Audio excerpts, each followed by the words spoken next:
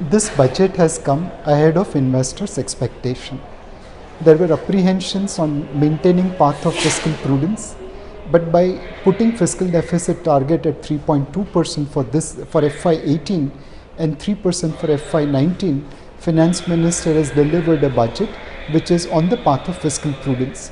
The commitment to reduce government debt to GDP at 60% by 2023 is also going to reassure investors. The other important thing in the budget is increase in capital expenditure at 25% year on year. Today, when private investment is lagging a little bit, it is important for government to be on the front foot for making investment.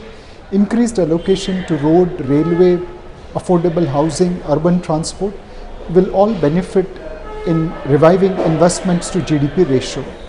The other important thing in the budget is related to establishing rule of law. We had a provision where check bounce could result into imprisonment, but rarely this was getting executed on ground.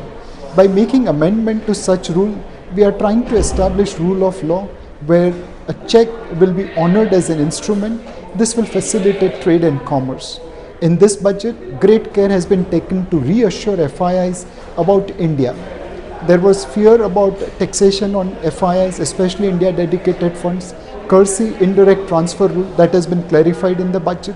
There was fear that the withholding tax of 5%, which was concessional rate of tax, may not be extended post 2017. Now that's been enhanced to 2020. The path of fiscal prudence also will reassure FIIs. So India clearly remains an attractive investment destination for the FIIs.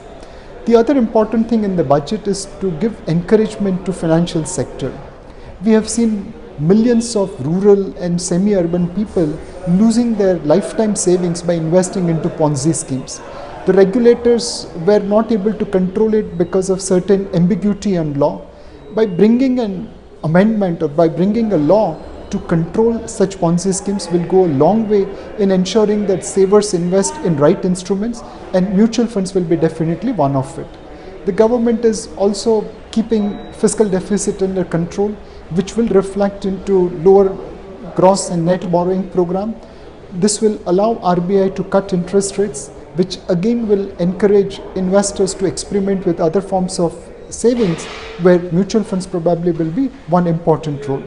So overall, this budget has delivered ahead of investors' expectation by maintaining path of fiscal prudence, by giving tax concessions to certain sets of taxpayers who will now spend additional money and boost consumption, by focusing on improving the tax compliance through data analytics on deposits made post demonetization, and also speeding up capital investments to support growth.